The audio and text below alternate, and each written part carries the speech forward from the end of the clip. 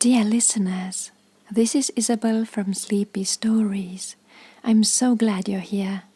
I have something for you which will bring soothing vibes into your quiet moments. It's a beautiful, inspiring, soft romance novel by Temple Bailey, where the impossible becomes possible. Dive into the thrilling world of Peacock Feathers, a captivating tale of high class, passion, and unspoken desires. This novel weaves a web of intrigue as its unforgettable young characters battle love, betrayal, and destiny. This uplifting adventure is a treat for fans of suspense and romance alike. Welcome to Peacock Feathers by Temple Bailey. Book 1. My Father. Chapter 1. 1. As I look back upon it, I can, I think, understand how I came to build my romance on the shifting sands of misrepresentation. Even as a little boy, my fancy had at times painted things not as they were, but as I wanted them to be. If I had lied picturesquely, transmuting sober fact into fascinating fiction. Now and then, since my mother lacked imagination, I had been punished for it, and I can remember my father's whimsical plea for a light sentence. "Let the boy alone, Elena. He'll outgrow it." "But he's not telling the truth, Stephen." "How many of us know the truth?" And there you have my father and my mother in a nutshell. She with her fixed ideas of right and wrong, he seeking always the hidden meanings of life and of eternity. For he believed in eternity. He was a clergyman in a small country church. We felt ourselves poor, but I know now that my father was rich. He possessed the great treasures of an open mind and a faith in the essential rightness of the world. We took long walks together. We were Western New Yorkers, and the vineyards were everywhere. They formed the texts of many of my father's sermons. "Take us the foxes, the little foxes that spoil the vines." And "What shall therefore the Lord of the vineyards do?" When we walked together, my father was not the preacher, but the man.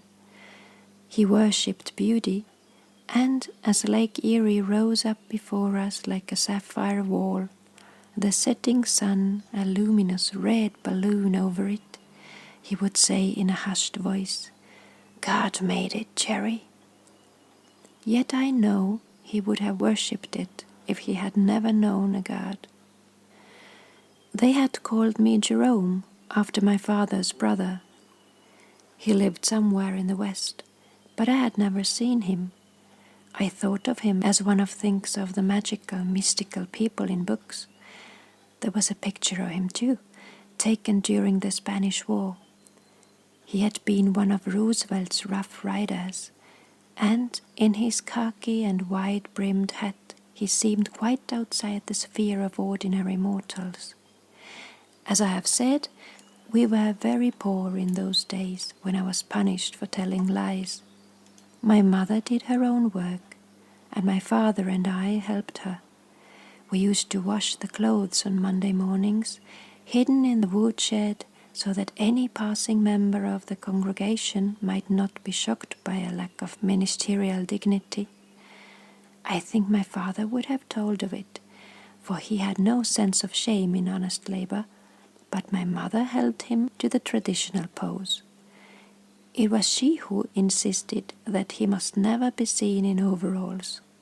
He fed the cow in his long coat and milked her with it, folded beside him on another stool so that it might be ready in emergencies. I can see now that my mother was right. The people in that small community had their sense of fitness. A minister belongs to his coat as a justice belongs to his robes, or a soldier to his uniform, strip them of these, and what have you? Yet when I was a boy, I often wished that my father was like some of the men who came to our little church in summer. Men from the city, trim in blue serge, stiff straw hats, tan shoes and silk stockings. When I was 10 years old, an automobile stopped at our door. 2 young people had driven up from Buffalo to get married. The boy had a white rose in the lapel of his coat, and the girl wore a small round hat with white roses and held up her thin dress to show a lace petticoat. Before that, I had not been allowed in the room where there was a wedding, but this time my father let me stay, and I was much impressed by the things the young man said to the young woman, and that the woman said to the man. With this ring I thee wed, to have and to hold, from this day forward, for richer, for poorer. I talked a great deal about it afterward to my mother. Did you say those things when you married father? Yes. Did he give you a ring? Yes. She showed me her wedding ring, which I had seen all my life on her finger, but from that moment it gained a new significance, and whenever I looked at her work-worn hands and thought of the slim white fingers of the young bride, I was disturbed by a conviction that my mother had not in some way fulfilled the promise of the radiant ceremony. I felt that it would be different with the girl in the white rose hat, that she would go through life in trailing frocks and always in bridal elegance. Even in those days I was like my father in my passion for loveliness. Our little house was comfortable, but there was nothing aesthetic in its furnishings, save the effect of clean bareness and the touches of clear color given by pots of flowers on the window ledges and by some old blue china on the dresser. I never liked the clothes that my mother wore, her dull lilac prints and best black dresses. But my soul would flame when a wagon laden with grapes went by, with one of the Italian girls who worked in the vineyards, enthroned like a bacchanti high on the purple load. These girls set off their dark charms by a blouse or kerchief of brilliant color, orange or jade or scarlet. Whatever they wore, they were never monotonous or insipid, as were the girls of our congregation in their faint pinks and blues, or the women in their greys and blacks. The coming of the Italians and other peoples of southern Europe had introduced a new element into our community. A Catholic church was built that they might have their own priests and their own altars. They were at home in our vineyards, and the lake seemed to make up in some slight way for the loss of their own seas and bays. The winters were hard on them, but they bore the cold with cheerfulness, and their gay attire illumined the whiteness of our days. Some of the young Italian girls were enchanting. I kissed one of them in an autumn twilight and confessed it afterwards to my father. I had not intended to tell him, but as he and I walked together under the stars, I felt a sort of ecstatic urge to confession. Did you ever kiss a woman, father? I have kissed your mother, of course. But before that... He grew at once austere. Why are you asking me, Cherry? I kissed a girl tonight, Theresa. We walked on for a moment in silence. Then he said, Why did you kiss her? Well, she was so pretty. That is no reason for kissing a woman. What would be a reason? There was another long stretch of silence. Then he spoke. When you hold the soul of a woman in your hand, Jerry, and she holds your soul in hers, then thank God and kiss her. I cannot convey to you the strength of the passion that was in his voice. Not the passion of earth, but the passion of high idealism which he strove to implant in the heart of his little son. I have often wondered whether my mother met the deeps of my father's nature. Looking back upon it these later years, I am forced to doubt it. Yet I am sure that he believed in the romance which he had begun with her, and he held the hope that in some transcendent future my mother might be stripped of her shelf, of her sheath of pretty preoccupations. I am sure too that he turned to me for the satisfying of certain needs. Our imaginations met. I was his child in the sense that I aspired and thrilled as he did, though I lacked always the goodness and strength which made him transmute his emotions into splendid deeds and unselfish devotion. It was in an excess of youthful ardor that I had kissed Theresa. I had been sent to get the cows, who followed a path from our pasture down through a lane which was bounded on one side by a neighbor's vineyard. The grapes were being harvested, and I loitered when I came to the gate, where the wagons drawn by a pair of great horses stood waiting for the filled crates. The girls picked the fruit, and the men lifted the crates and carried them to the wagons. I opened the gate and made my way along the aisles between the rows of vines. It was a golden day, nearing its end in a warm haze which blurred the outlines of the lake at our right and the hills to our left. And through this haze I saw Theresa. She smiled, and I was aware of the warm lights in her eyes, the soothed dusk of her cheeks. She held up a bunch of perfect grapes. "Eat them," she urged. "Feed me." The words came with an unexpected forwardness. I had never talked like that to a girl. She broke off a grape and pressed it against my lips. I ate them all from her hands, and her fingers were stained with the juice. After that, we walked down the fragrant aisles together, for her day's work was done. When we came to the wagon by the gate, she asked if I wanted a ride. She was to drive to the packing house. The cows were lingering in the lane, cropping the grass in the fence corners. I could keep an eye on them as we rode along, so I mounted beside Theresa. Back of us, the grapes gave out a heady perfume. We said very little, but when we reached the lower gate which I had to open to turn the cows into our barnyard, I was loath to leave her. "What are you going to do after supper?" I asked. "Don't you like to sit in the burying ground?" she asked. "It's nice and quiet." It was, I was aware, an invitation. I had descended from the wagon and stood in the road. The sun was dropping down toward the lake. The warm haze had been superseded by an almost unearthly clearness. "I'll come to the burying ground," I said, "if you'll be there," and turned away with a beating heart. I helped my father milk the cows. There were 4 of them. I took 2 and my father 2. The barn was dim and sweet with the smell of hay. There was no sound but the thin streaming of the milk and the rustle of the straw as the chickens scratched in it. My father talked little at this time.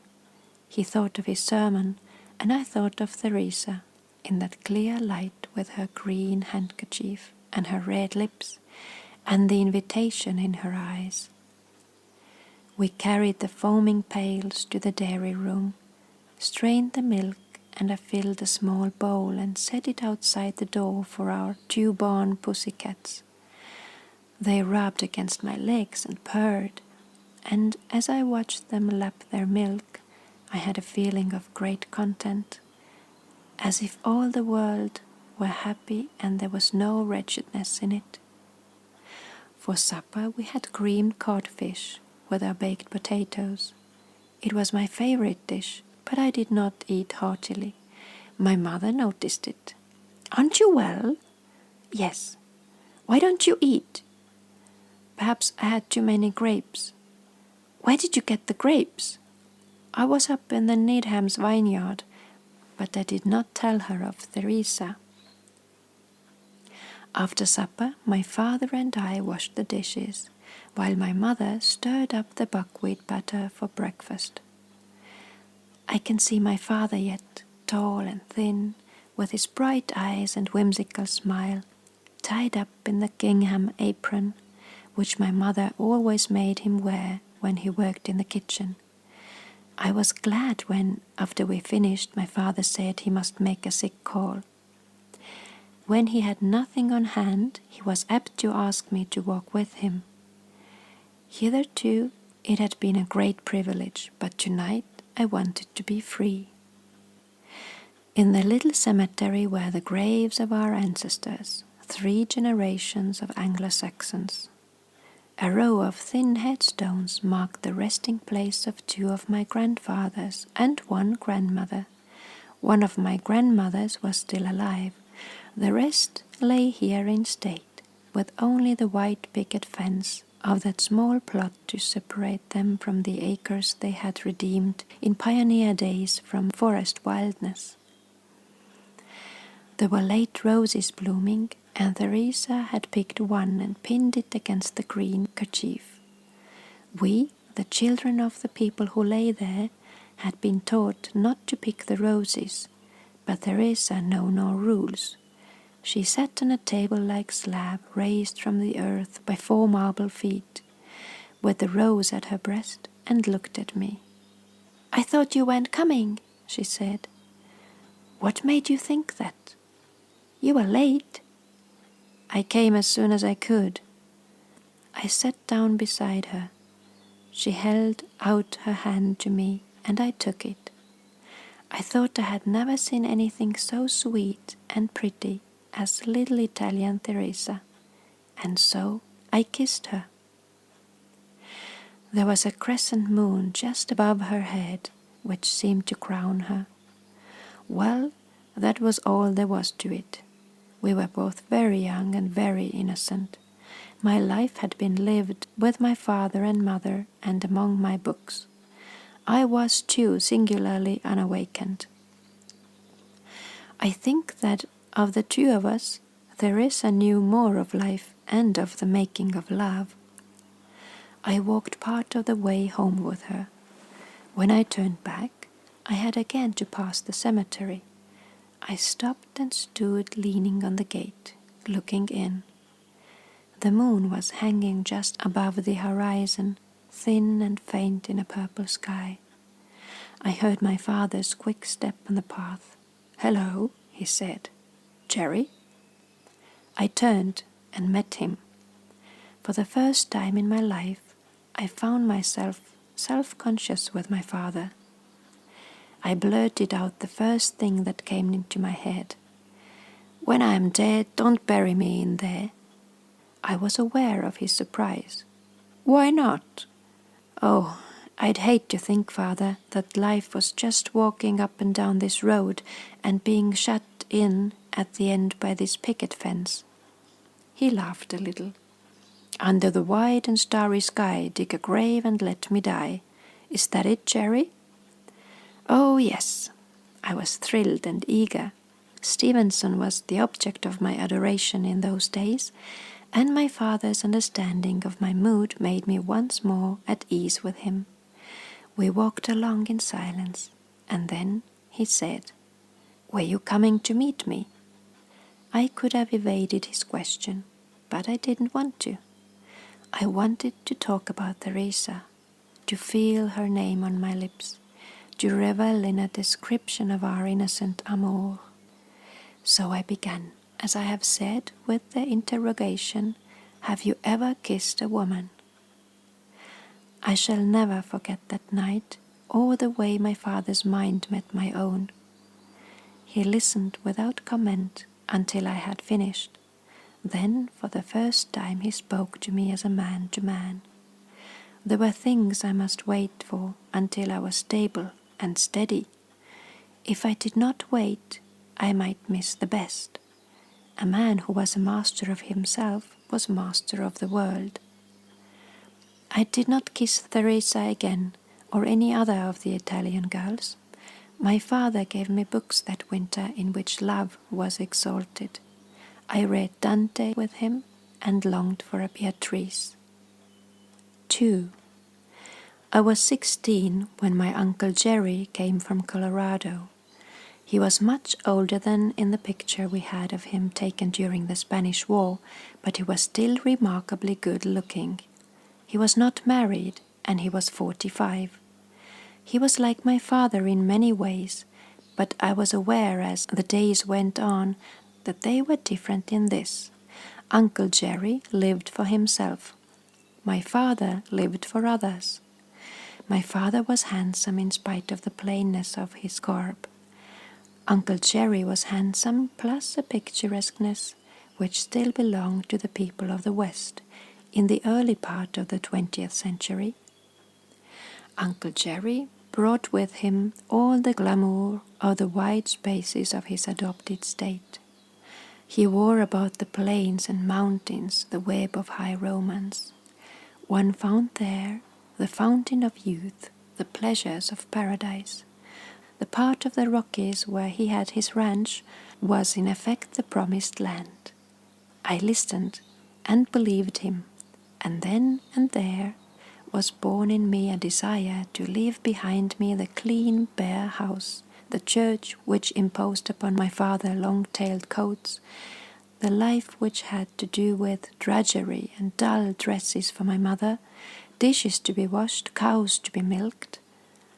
On Uncle Jerry's ranch other people did the work, while my uncle, in broad sombrero and other cowboy trappings, rode over his wide acres. Uncle Jerry had, it seemed, money enough and to spare. He spent freely, wore good clothes, and seemed to me to shine with a light which had illumined Robin Hood and Alan Breck, and all those gay and gallant heroes of my storybooks. He had a worldly mind which fascinated me. His point of view was not muddled up or clouded by moral considerations. He took from life what it had to give. He did not believe himself in any sense his brother's keeper. I think my father worried a bit about the effect on me of my uncle's paganism. "But you're a man, Jerry," he told me. "You must learn to think for yourself." I did think for myself. I saw Uncle Jerry's faults, but I was none the less drawn to him. I grew to understand that much of his speech was extravagant, but I lent an ear to it, so that some of the pictures he painted stayed in my mind and were hard to displace even when years later I learned the facts. I aspired more than anything to be a cowboy and live in a ranch house. After a time the thing happened, and it was then that the pictures that Uncle Jerry had drawn faded forever. Of the world of women, one felt Uncle Jerry spoke with authority. He was, as I have said, unmarried, but he talked a great deal of his conquests. His good looks drew easily the eyes of femininity. He knew this and basked in it, and boasted of it. "Remember this, Jerry," he would say to me. "If you want to win a woman, you must make yourself her master." My father would never have told me that. Indeed, I doubt if he knew it. I have often wondered what my mother would have done if my father had ruled her and had refused to wear his black coat when he wanted to be comfortable, and had made her milk the cows and wash the clothes like the other women in the town. Perhaps he might have roused in her something which she never gave him. Yet she grew in those hard years, of which I shall write later, to lean upon his tenderness, and I like to think of him, a knight in his long black coat, rendering her the services which his great strength made possible. Before Uncle Jerry returned to the West, he took me with him on a journey to the city of Washington. He stayed at an old hotel on Pennsylvania Avenue, which even then was antiquated and unfashionable, but there were a few congressmen who clung to it, and their satellites, and Uncle Jerry among them, was in his glory. I knew nothing of hotels and found it all quite enchanting. Uncle Jerry had, it seemed, a great deal to do with politics.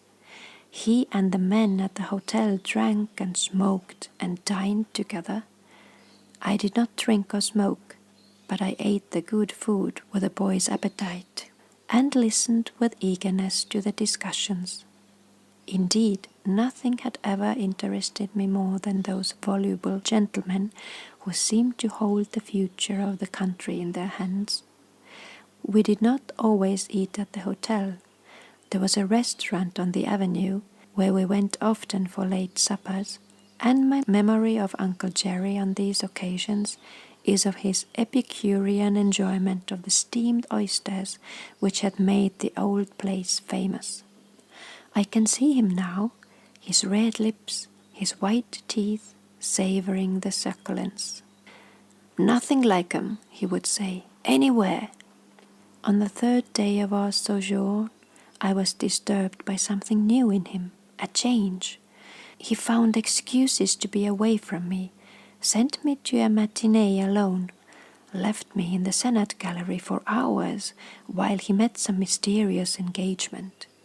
And that night he told me with some embarrassment that he would not come back for dinner. "You won't mind, will you?" I didn't mind in the least. I wanted to write a long letter to my mother.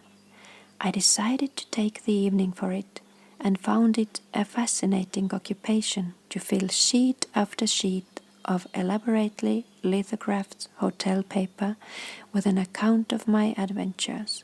When I finished, Uncle Jerry had not come. I lounged for a while in the lobby. Then I went out and walked along the lighted street. It was too late to attempt to take in a play, so I strolled up in the avenue to where it turns at 15th Street and came down the south side. It was late when I passed the restaurant where Uncle Jerry and I always went for oysters. It was cold outside. Have I said that it was in February? And I was tempted by the thought of the comfort and coziness within. I climbed a long flight of steps to the upstairs dining room. I felt more at ease there with men and women than with the men alone at the downstairs counter. I was given a table far back and ordered a milk stew. It was not until I was seated that I saw my uncle. He was at a table by a front window and was eating steamed oysters with his air of prodigious enjoyment. Opposite him sat a woman. In front of her was the scarlet shell of a lobster, but she was not eating. She was talking in a vivacious manner and smiling. Uncle Jerry leaned forward and spoke to her, and his eyes had a warm, eager look. I had never seen him quite like that, but I thought of him very handsome and the lady pretty. She had a great deal of blonde hair curled across her forehead, and her cheeks were very pink. Few women rouged in those days, and artificial complexions were unusual. But I did not know it was artificial, and, as I have said, I thought her pretty. Not as Theresa was pretty. She was rather like the girls on the billboards in front of the theater next door. She had on a silk blouse, and it was trimmed with blue. There was a blue rose in her hat, and on her hands were several flashing rings. I ate slowly, watching Uncle Jerry and the woman. I was glad that I was half hidden by the people at the tables in front of me, and by an overhanging palm. I had a feeling that Uncle Jerry would not care to have me see him with the little blonde woman. 3. It was while I was in Washington that a thing happened which was to color my dreams for all time to come. Every day during our sojourn in the city we had gone up to the Capitol. Uncle Jerry spent his time in committee rooms, wire pulling, as he expressed it. There were certain things that he wanted done in his western country, and his vigorous personality was a great asset in pushing his claims.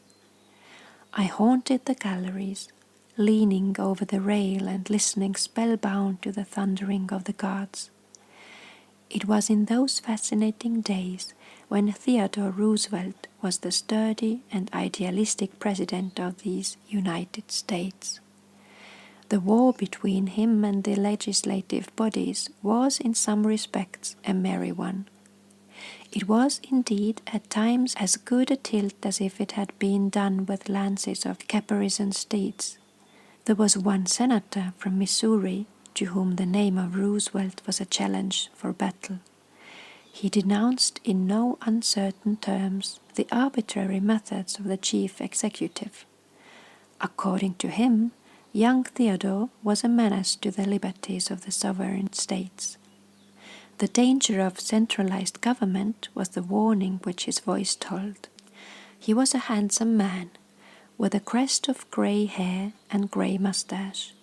He wore always a frock coat and a flower in his buttonhole. The elegance of his dress and of his manner was as old-fashioned as the rather florid eloquence of his speeches, and while I resented the epithets which he hurled at my hero who sat in the White House, I was none the less aware of the charm of his elderly and picturesque enemy. It was on that day that my dream was born that I went into the Senate lunchroom with my uncle. I remember he had ordered a great planked steak, and that my mind was on it and on nothing else. I was at the moment just plain hungry boy, rather material, it must be confessed, wanting nothing better at the moment than the hearty food and the steaming coffee that came with it.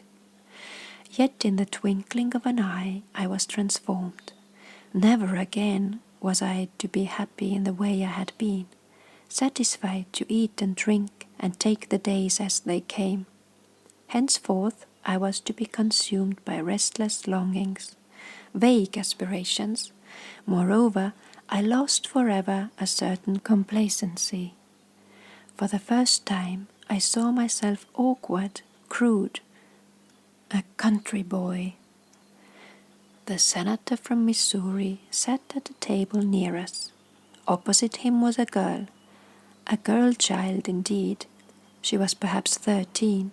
She wore one of the thin, high-collared white blouses which were then fashionable, and a small black velvet hat with a peacock's feather caught up by a buckle. Her waved russet hair was tied at the neck with a wide black ribbon. But it was none of these things which held me. It was rather an effect of poise, of fineness. She kept her eyes to herself. For all her consciousness of them, there might have been no one else in the room. She was vivid, girlish, gay, holding the old man enthralled while she talked to him, using her hands expressively, delicately, so that I was aware of their loveliness, but always there was the effect of being 1,000 miles away from the world about her. From the world about her. Her detachment affected me strangely. I was used to country girls who were embarrassed or overbold when out in company. But here was a girl who did not blush, who did not stare, who was as remote as a fairy princess in a tall tower. My uncle saw my eyes upon her. "Oh, that's Mimi Lebrun," he said, "the senator's granddaughter." "Is she French, Uncle Jerry?" "French blood, like a lot of St. Louisans. Some Irish too, I imagine, with that hair." He forgot her then, as someone stopped at our table to speak to him. When at last he turned to me, he said, Don't you want some more steak? No. You haven't eaten much. I'm not hungry. My appetite had indeed left me.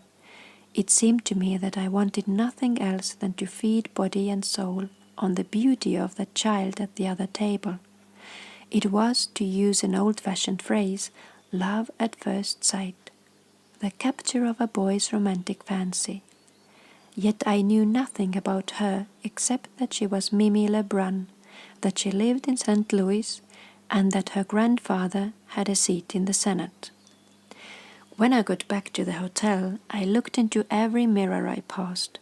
I got glimpses of a tall, lank youth with a rather clumsy use of his feet, a coat that was too short in the sleeves, a rough crop of brown curls, and a somewhat wind-burned and freckled countenance. Before this I had not thought of looks. At school the girls, I knew, had seemed to think me handsome enough. I was like the rest of the boys, wearing the clothes which had been bought in our little town. But now I thought a great deal about myself, and when I went down to dinner, I observed with interest the young men who sat in the lobby and at the tables in the dining room. My father had given me some money to spend, and while we ate our dessert, I asked, "Could I buy a suit like these city fellows wear with my $20?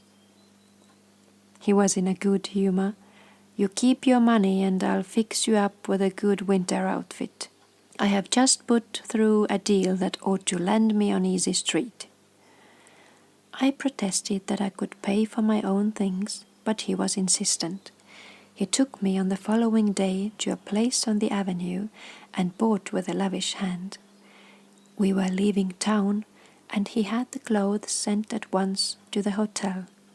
I put them on and went to the Capitol. I hoped that I might catch a glimpse of Mimi Lebrun, and that she might look at me and find something in me to remember, as I had found so much to remember in her. But though I patrolled the halls and the galleries for hours, I could not find her.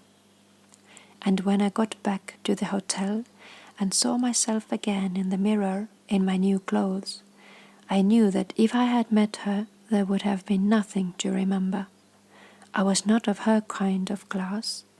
I knew, too, that the best thing I could do would be to forget her. But I did not forget her, either then or ever after. 4. My Washington experience changed me in this, that I set my Uncle Jerry's life against my father's for comparison. It seemed to me that Uncle Jerry got the most out of it. He could see the world in his own way. He was free to follow the road. My father was tied by his congregation and his conscience. I might agree that my father was the finer man, but Uncle Jerry appealed to my imagination. In my mind's eye I could see him always as I had seen him in the old hotel, with his air of prodigious enjoyment, his gay and gallant bearing. Yes, I wanted to be like Uncle Jerry while I was young. Perhaps when I was old it might be different, but age was so far away that I did not have to think about it. I found myself restless, wanting things, impatient of my father's point of view. "Don't you ever long to travel, Father?" "Yes." "Why don't you?" "I have my work." "I should think you would hate to be tied." "We are all tied, Jerry." I am sure, however, that he understood what was the matter with me, and tried to find an outlet for my energies. We camped, I remember, for a week that summer in the woods. The days would have been dull for those accustomed to more exciting adventures, but there were pickerel and sunfish in the little lake. The water was limpid and lovely and swept by the fragrance of pond lilies, and my father, in his holiday mood, was very good company. It was one night under the stars that I asked him, "Why didn't Uncle Jerry marry? He could never settle down." "I believe I am like him, Father," Oh, I hope not. Why? He brought his answer out after some hesitation. He hasn't fulfilled the promise of his youth, Jerry. But he is rich. Is he? No one can be rich with a starved soul. You see how old-fashioned we were, even then, to talk of souls. But to my father and to me, souls were as real as the stars in the heavens or the lilies in the ponds. I was not willing to admit, however, that Uncle Jerry's lack of soul was a handicap. He seems to get a lot out of things. What things? Oh, well, good times and all that. Good times aren't everything. Being good and doing good are important. And I should hate to think you would be satisfied to look upon life as your Uncle Jerry looks on it. He's my brother, and I love him, but I don't want you to be like him. He brought out the last sentence with a passionate force, which made him such a compelling preacher. I have often thought that if he had had a church in some big community, the world would have heard of him. His sincerity was absolute. He believed what he spoke. His life was narrow, but his mind roamed in broad spaces, and as for his spirit, it touched at times the far horizon. We fell then, I remember, into a long silence. I broke it to tell him what I had never told before, of that night in Washington when Uncle Jerry had taken the little blonde woman to supper. I think one of the great marvels of my relation to my father was that with him I had no reticences. However stern he was with himself, he was never stern with me, and he tried always to help me find the truth for myself. He tried to help me to find it now. He made no comment except to say, "I pray that you may love and marry a good woman, Jerry. It is a great safeguard." Suddenly, into the night under the stars and through the perfume of the pond lilies, stalked a white wraith of remembrance, of a girl with a peacock feather in her hat. I wanted to love and marry her. I had seen her only once, but I wanted her for love and marriage. A great safeguard, my father was saying. If your Uncle Jerry had had a good wife, she might have saved him. Yet try as I would to get my father's point of view, I could not feel that my gay and gallant uncle needed saving. I think that subconsciously I believed he could have his cake and eat it, that 11th hour repentance would offset the scarlet of his sins. I tried to say something of this. I argued there in the perfumed dark as I had heard my Uncle Jerry argue, that a man had his right to his life, that being good was, in the fine analysis, monotonous.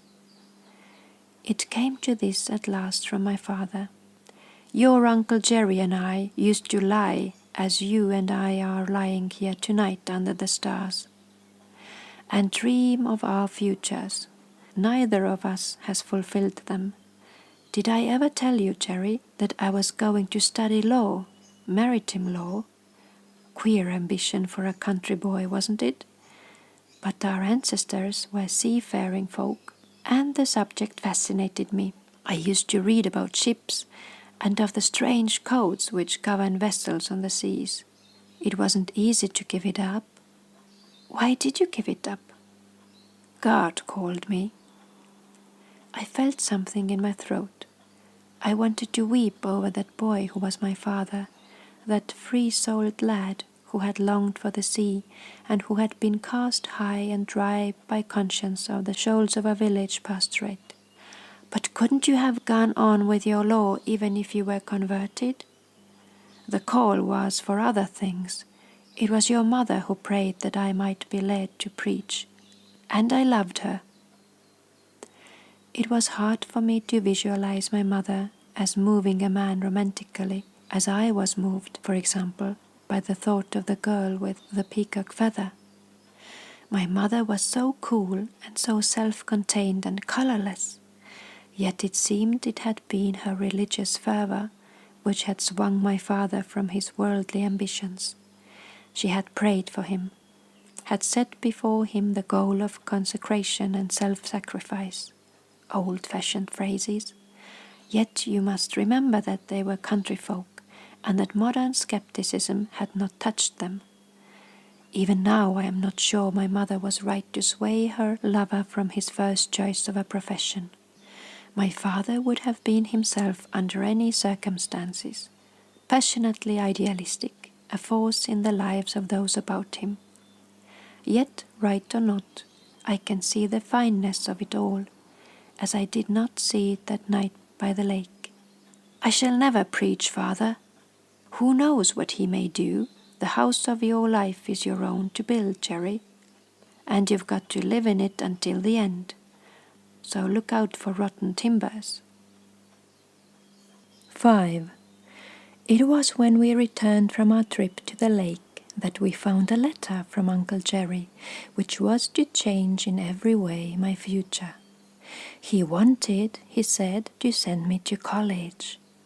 Not as my father and mother had planned, to one of the cheap small colleges where I could help by my work to pay my way, but to Yale. He would meet all expenses, giving me, besides the cost of board and tuition, a generous allowance. I was his namesake, and what he had he would leave to me. The deal, which we had tried to put over in Washington, had been brought successfully to a finish. It would be fine to have a Jerome Chandler to carry on the name. It is not difficult to imagine what this meant to me. Emancipation. In a moment the narrow life in the parsonage receded, and I saw myself sweeping out toward the broad seas of adventure. I was flushed, excited. I read the letter twice aloud. He says I am to have the ranch. But not until he dies, Jerry. That brought me up. I didn't want my uncle to die. Indeed, it seemed to me as if he ought to live forever, as if the red and white of him, his strength and vigor, gave him a sort of deathless immunity from the common lot. Well, of course, I stated, I didn't mean that, but it is fine of him, isn't it? My father answered, very fine. My mother was not so sure. I don't know about it. Money is the root of evil. My father laughed. Poverty is the root of evil too sometimes, Elena. Well, the Bible doesn't say that. Aren't you glad to have me go to college, Mother? Yes, Jerry, but Yale, it's so far, and you've never been away from us. I felt the grip of my father's fingers on my shoulder, and looking up into his face, I saw that he was deeply moved. I think he knew then that things would never again be with us as they had been, that when I left home the bond would be broken, and presently he said, I thank God that my boy is to be given the best, and I pray God that wherever he goes, he may still be in our hearts. I was thrilled by his emotion and swayed by it. My voice broke. There will never be anybody like you and my mother. You know that. End of chapter 1. This was the first chapter of the novel Peacock Feathers by Temple Bailey. Jerry's life full of magic moments as an adult young man in the country where everything is possible is just about to begin. Please subscribe to support this channel and stay tuned for more next week. P.S. I'd love to read your comments. Greetings, Isabel.